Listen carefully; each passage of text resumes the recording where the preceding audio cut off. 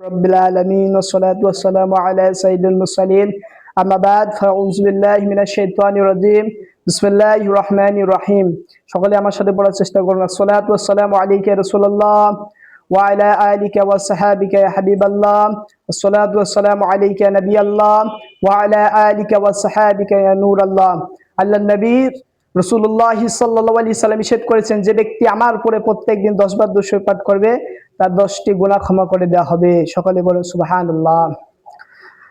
আজকের বয়ান ঈমান কাকে বলে। ঈমান কাকে বলে আমরা এই বিষয়টা অনেক সবাই জানে না। ঈমান কাকে বলে? ঈমান শাব্দিক সত্যায়ন করা কি, অর্থাৎ সত্য বলে মেনে নেওয়াকে ঈমান বলা হয়। ঈমান শাব্দিক অর্থ হলো নিরাপত্তা দেওয়া। যেহেতু মুমিনের উত্তম আকীদা পোষণ করে, নিজেকে স্থানীয় শাস্তি থেকে নিরাপত্তা প্রদান করে থাকে, তাই উত্তম আকীদা পোষণ করাকে ঈমান বলে।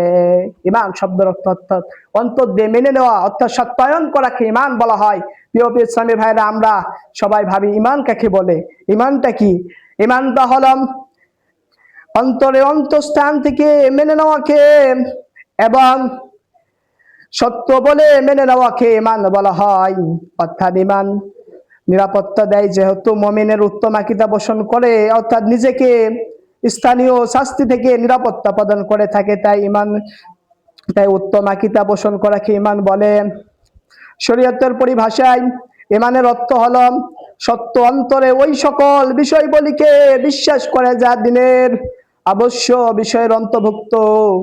এরপরে আমরা কুফরি শব্দের অর্থ কি আমরা অনেকে জানি না। কুফরি শব্দ এমন এমন বাক্য আমরা উচ্চারণ করি যার কারণে আমাদের কি হয় যায়, ঈমান চলে যায়, অর্থাৎ কুফরি করি আমরা। কেউ কেউ বলে, দেখতেন কেউ কেউ বলে আল্লাহ উপরে থাকে না। আল্লাহ উপরে থাকে না, আল্লাহ অন্তর্জামিন। আল্লাহ জায়গা থেকে পবিত্র। আল্লাহ থাকে মুমিনের অন্তরে, এবং আল্লাহর কোনো জায়গা নির্ধারিত করা নাই। কেননা আল্লাহ রব্বুল আলামিন জায়গা থেকে পবিত্র। কেউ যদি বলে যে আল্লাহ অমুক জায়গায় থাকে, তাহলে তার ঈমান চলে যাবে।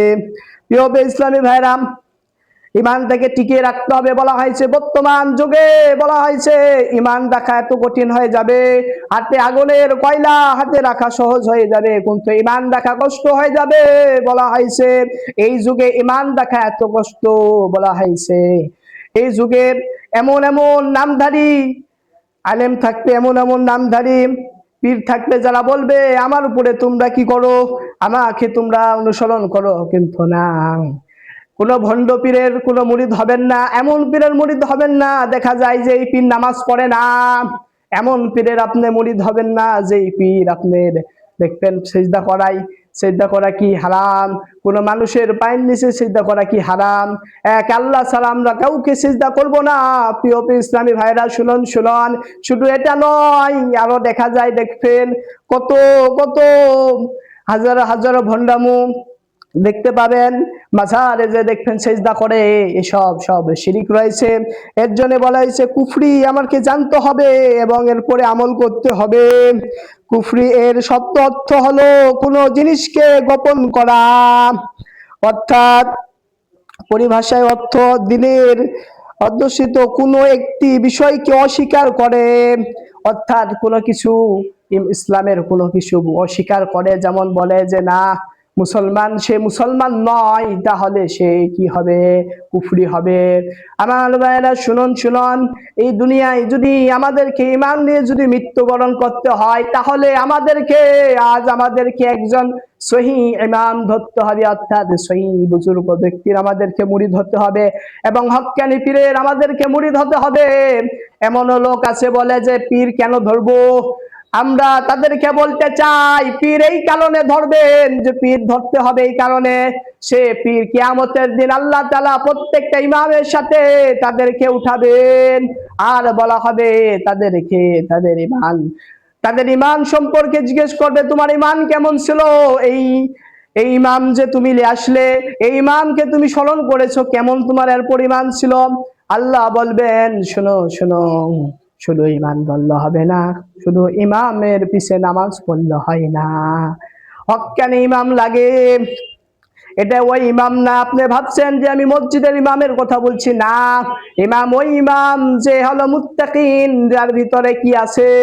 আল্লাহর প্রেম আছে, আল্লাহর ভালোবাসা রয়েছে, এবং আল্লাহর কাছে যারা প্রিয় হয়েছে এবং আল্লাহকে যারা পেয়েছে। ও প্রিয় ইসলামী ভাইরা, শুনুন শুনুন, শুধু নামাজ পড়লে আল্লাহ পাওয়া যায় না, শুধু জিকির আজগার করলে আল্লাহ পাওয়া যায় না। আল্লাহ পেতে হলে ইমান ঠিক রাখতে হবে, আল্লাহ পেতে হলে মুত্তাকিন হতে হবে, আল্লাহ পেতে হলে আপনার ইমানটাকে আঁকড়ে ধরতে হবে। এমন এমন নামদারি আলেম রয়েছে, তারা আপনার ইমান নষ্ট করে দিচ্ছে।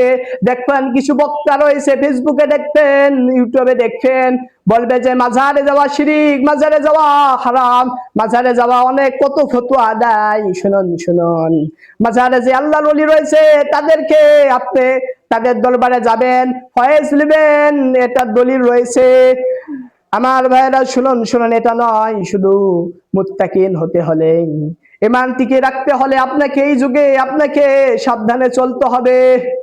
আমার ভাইরা শুনুন, রাস্তাঘাটে কত কত মানুষ রয়েছে, কত কত নামধারী, কত আলেম রয়েছে, যারা আপনাকে এমন এমন দলিল দিবে, এই দলিলে বলবে শোনো শোনো, এটাই সত্য ইমান, এটাই সত্য দিন, এটাই সত্য হক। দেখুন আজকে দেখা যায় দুনিয়া মানুষ রয়েছে যারা ইমান পারে না, যারা টাকার জন্য ইমান বিক্রি করে ফেলে, ইহুদের কাছে ইমান বিক্রি ফেলে, ইহুদের টাকা দিয়ে তারা ওয়াজ করে আর বলে যে এই আমল মানো, এদেরকে মানো, অনুসরণ করো, তাহলে তোমরা জান্নাত পাবে। না না, জান্নাত যদি পেতে চাও তাহলে রসুলের দেওয়া পথের পরে অনুসরণ করো, রসুল যা বলেছে তারপরে আমল করো, তাহলেই তোমরা কি পাবে? ইমান ঠিক হবে তোমাদের। তাহলে দুনিয়ায় টিকতে হলে ইমান ঠিক রাখতে হবে, এই বিষয় বলছে। শুধু ইমান নয়, ইমানের সাথে আপনাদেরকে যাচাই করে চলতে হবে দুনিয়ায় কোনটা সঠিক কোনটা ভুল।